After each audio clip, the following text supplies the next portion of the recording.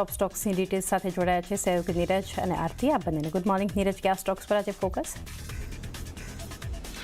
જી, શરૂઆત આપણે એક્સિસ બેંકથી કરીએ. જો પરિણામ અહીંયા આપણને અનુમાનથી સારા રહેતા જોવા મળ્યા છે. ખાસ કરીને પ્રોફિટની અંદર ઘટાડો છે, પરંતુ અનુમાનથી આપણને વધારે રહેતો જોવા મળ્યો છે. અહીંયા પ્રોફિટમાં ઘટાડાનું એક મુખ્ય કારણ એ પણ હતું કે આરબીઆઈએ અમુક જે જૂના એમના પ્રોડક્ટ હતા એના પ્રોવિઝનિંગ કરવા માટે કહ્યું હતું અને 1200 કરોડનું લગભગ એક પ્રોવિઝનિંગ એમણે કરવું પડ્યું છે, જેને લઈને પ્રોફિટની અંદર થોડોક ઘટાડો આપણને આવતો જોવા મળ્યો છે.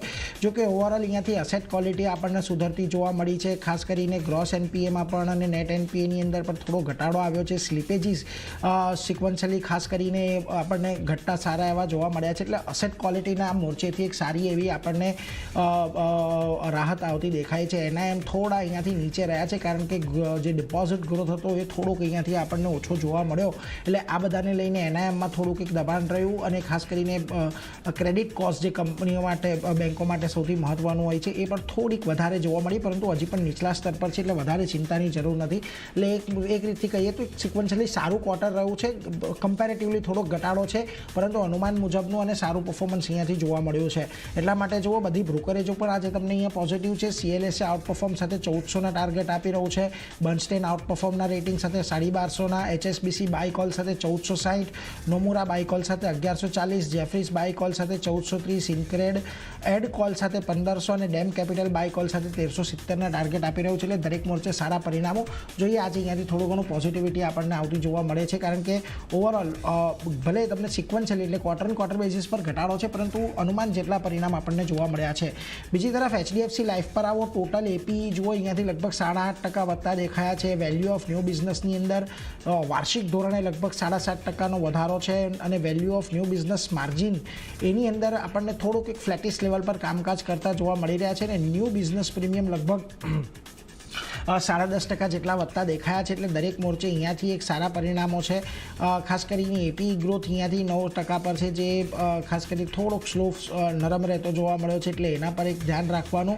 અને જીએસટી ઇમ્પેક્ટને કારણે સેકન્ડ હાફની અંદર થોડા માર્જિન પર અસર આવી શકે છે અને FY27થી થોડાક નોર્મલાઇઝ થઈ શકે છે એવું કંપનીએ કહ્યું છે, એટલે એના પર નજર રાખજો. જો કે હજી પણ જેફરીસ જુઓ, બાયકોલ સાથે 930, CLSA આઉટ પરફોર્મ સાથે 910ના ટાર્ગેટ આપી રહ્યું છે. એટલે દરેક મોરચે અહીંયા પણ સારા છે.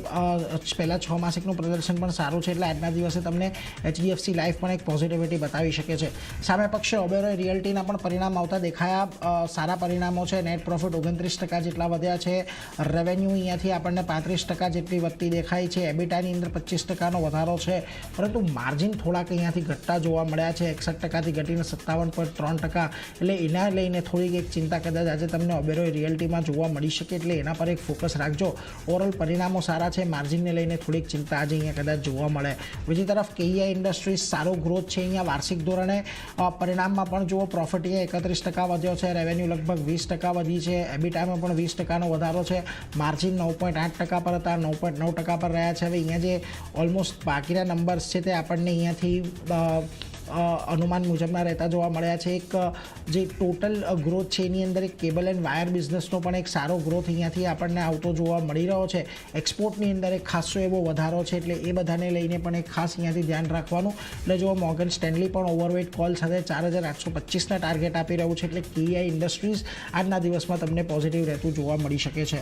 બીજી તરફ તમારે ખાસ કરીને અહીંયાથી એન્જલ વનના પરિણામો આવ્યા, એના પર પણ નજર રાખવાનું. જો પરિણામો અહીંયાથી ક્વાર્ટર બેઝિસ પર સારા છે. યર ઓન યર બેઝિસ પર જોશો તો થોડુંક દબાણ છે, પરંતુ ક્વાર્ટર બેઝિસ પર પ્રોફિટ અહીંયાથી 85% વધ્યો છે. રેવન્યુની અંદર જુઓ, લગભગ 5%નો વધારો છે. એબિટા લગભગ 51% વધ્યા છે. માર્જિન 24.1%થી વધીને 34.6% પર રહ્યા છે. પરંતુ અહીંયા ખાસ ધ્યાન રાખજો, ગયા વર્ષની સરખામણીએ ટ્રેડિંગ એક્ટિવિટી થોડી ઓછી થઈ છે, એટલે યર ઓન યર બેઝિસનું કમ્પેરિઝન જોઈએ તો ત્યાંથી પરિણામો નબળા છે.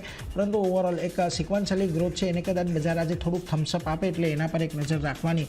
બીજી તરફ LTF ફાઇનાન્સના પરિણામો આવ્યા. આ પરિણામો પણ ઘણા સારા છે.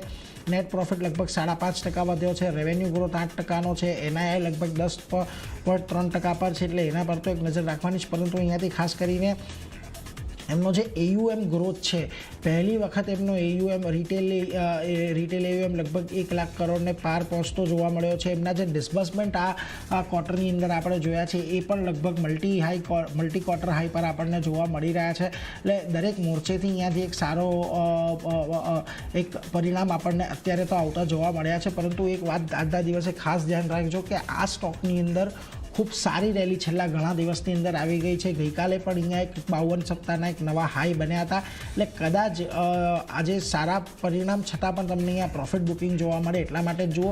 મોર્ગન સ્ટેનલી અત્યારે તમને અંડરવેટનો કોલ આપી રહ્યું છે, 143ના ટાર્ગેટ આપી રહ્યું છે, કારણ કે એક સારી એવી રેલી આપણે અહીંયા જોઈ લીધી છે. એટલે થોડોક એક ઘટાડો અહીંયાથી આવે એટલે એના પર એક નજર રાખવાની. પરંતુ ઓવરઓલ અહીંયાથી થોડુંક ROE હજી થોડાક કંપનીના જે એવરેજ રહી છે એનાથી થોડાક નીચે રહ્યા છે, એટલે એની એક ચિંતા છે. પરંતુ ઓવરઓલ પરિણામ L&T ફાઇનાન્સના પણ આપણને સારા રહેતા જોવા મળ્યા છે. છેલ્લે HDB ફાઇનાન્શિયલ હાલમાં લિસ્ટ થયેલી કંપની, પ્રોફિટ લગભગ અહીંયાથી 1.5% જેટલો ઘટ્યો. NIIની અંદર લગભગ 19% ઘટાડો આપણને આવતો જોવા મળ્યો છે.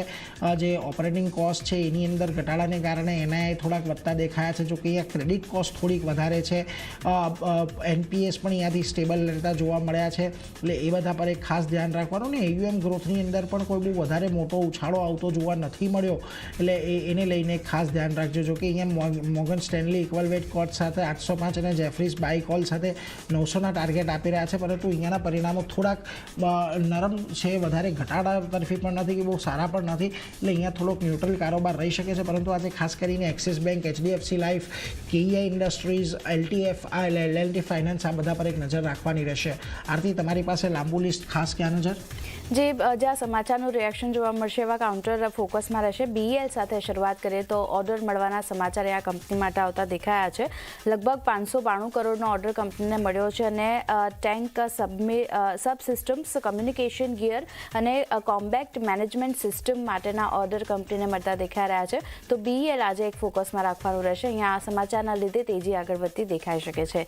નેક્સ્ટ કાઉન્ટર KC ઇન્ટરનેશનલનું કાઉન્ટર છે. અહીંયા પણ નવો ઓર્ડર કંપનીને મળતો દેખાઈ રહ્યો છે. સાઉદી અરેબિયામાં લગભગ 1038 કરોડનો નવો ઓર્ડર કંપનીને મળ્યો છે અને 380 kV GIS સબસ્ટેશનની ડિઝાઇન, સપ્લાય અને ઇન્સ્ટોલેશન માટેના ઓર્ડર કંપનીને મળતા દેખાઈ રહ્યા છે. તો KC ઇન્ટરનેશનલ પર પણ એક ધ્યાન રાખવાનું રહેશે. બીજી તરફ એમટા ટેકનોલોજીનું કાઉન્ટર છે. અહીંયા ફરી એકવાર ઓર્ડર મળવાના સમાચાર આવી રહ્યા છે. હાલના ગ્રાહક પાસેથી 67.16 કરોડનો ઇન્ટરનેશનલ ઓર્ડર કંપનીને મળતો દેખાઈ રહ્યો છે અને કંપનીના ઓર્ડર જૂન 2026 સુધી પૂરો કરવાનો રહેશે. તો ડેડલાઇન પણ ખાસ કરીને કંપની પાસે છે. તો આ સમાચારનું રિએક્શન એમટા ટેકનોલોજીસ પર એક પોઝિટિવ બનતું દેખાઈ શકે છે. અહીંયા એક ધ્યાન રાખવાનું રહેશે. નેક્સ્ટ કાઉન્ટર અદાની ગ્રીનનું છે. બિઝનેસ અપડેટ અહીંયા આવતી દેખાઈ રહી છે. જે FY26ના પહેલા 6 માસિકની વાત કરીએ તો લગભગ 2.4 ગીગાવોલ્ટની નવી ગ્રીનફિલ્ડ ક્ષમતા ઉમેરવામાં આવી છે. સાથે એનર્જી સેલ્સ 39% વધ્યું છે. FY26ના પહેલા 6 માસિકની જો વાત કરીએ તો ઓપરેશનલ ક્ષમતા 49% વધી અને 16.7 ગીગાવોલ્ટ યર ઓન યર બેઝિસ પર પહોંચતી દેખાય છે. તો સારા બિઝનેસ અપડેટ છે.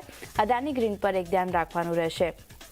નેક્સ્ટ કાઉન્ટર કેન્સ ટેકનોલોજીનું કાઉન્ટર છે. જો પહેલું મોડલ ડિલિવર કરવાના પોઝિટિવ સમાચાર આવતા દેખાયા છે. જ્યાં AOS અને મિત્સુઈ સાથે ભારતનું પહેલું જે IPM મલ્ટી ચિપ મોડ્યુલ છે તે અહીંયાથી ડિલિવર કરવામાં આવ્યું છે કંપની તરફથી. ગુજરાતના સાણંદ યુનિટથી 900 યુનિટનું વિતરણ કરવામાં આવ્યું છે અને ભારતના સેમિકન્ડક્ટર ક્ષેત્રમાં એક મોટું પગલું કહી શકાય કંપની તરફથી આવતું દેખાયું છે. તો ખાસ એવી પોઝિટિવિટી આજે કેન્સ ટેક બતાવી શકે છે. અહીંયા એક નજર રાખવાની રહેશે. નેક્સ્ટ કાઉન્ટર જ્યોતિ સ્ટ્રક્ચર્સનું છે. પ્રોડક્ટ એવોર્ડ કંપનીને મળતો દેખાઈ રહ્યો છે. પ્રોજેક્ટ એવોર્ડ મળ્યો છે જ્યાં AESL પ્રોજેક્ટ્સ લિમિટેડ પાસેથી લગભગ 288.36 કરોડનો ટર્નકી પ્રોજેક્ટ એવોર્ડ કંપનીને મળતો દેખાયો છે. તો અહીંયા પણ એક ધ્યાન રાખવાનું રહેશે જ્યોતિ સ્ટ્રક્ચર્સ માટે. નેક્સ્ટ કાઉન્ટર જે છે તે TVS મોટરનું કાઉન્ટર છે. નવી બાઇકનું અનાવરણ કરવાના સમાચાર આવતા દેખાઈ રહ્યા છે. જ્યાં TVS અપાચે RTX બાઇકનું અનાવરણ કર્યું છે અને શોરૂમમાં શરૂઆતી કિંમતની જો વાત કરી લઈએ તો 1,99,000 રહેતી દેખાઈ રહી છે. અને નેક્સ્ટ જેન XD4 એન્જિન પર આધારિત આ પહેલું મોડલ અહીંયાથી કંપનીનું બનતું દેખાવ છે જેનું અનાવરણ કરવામાં આવ્યું છે. તો ખાસ એક TVS મોટર પર પણ ધ્યાન રાખવાનું રહેશે. હીરો મોટર પણ ફોકસમાં રહેશે કારણ કે અહીંયા જે સમાચાર આવતા દેખાયા છે નોરિયા મોટર મોટર્સ સાથે પાર્ટનરશિપ કરી છે અને આ પાર્ટનરશિપ દ્વારા કંપની સ્પેનિશ માર્કેટમાં હવે પ્રવેશ કરતી જોવા મળશે, જ્યાં હ્યુંગ 440 અને X+200 મોડલ્સ પરથી પડદો પણ ઉપાડવામાં આવ્યો છે. તો એક પોઝિટિવ સમાચાર છે. હીરો મોટો પણ આજે એક ધ્યાન રાખવાનું રહેશે.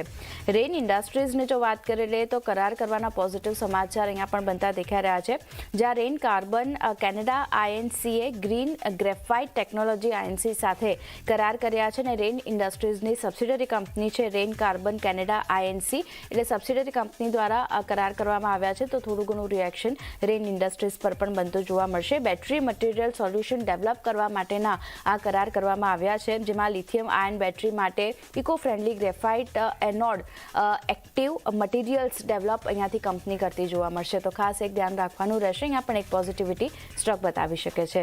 અને છેલ્લે ડાબરની વાત કરી લઈએ તો આઈટી ઓર્ડર મળવાના સમાચાર છે. કંપનીની બાકી રકમ જે હતી 279.13 કરોડથી ઘટી અને ઘટાડીને 202.01 કરોડ અહીંયાથી કરવામાં આવી છે. કોઈ નાણાકીય અસરની અપેક્ષા અહીંયાથી નથી બનતી દેખાય. માંગ સુધારવા માટે અરજી સબમિટ કરવામાં હજી પણ આવતી જોવા મળશે. તો ખાસ એક ડાબર પર પણ ફોકસ રાખવાનું રહેશે. તો ચાંદની ઘણા બધા કાઉન્ટર છે જે નીરજે જણાવ્યા, મેં જણાવ્યા, બધા જે ફોકસમાં રહેશે. જી, બધા સ્ટોક્સ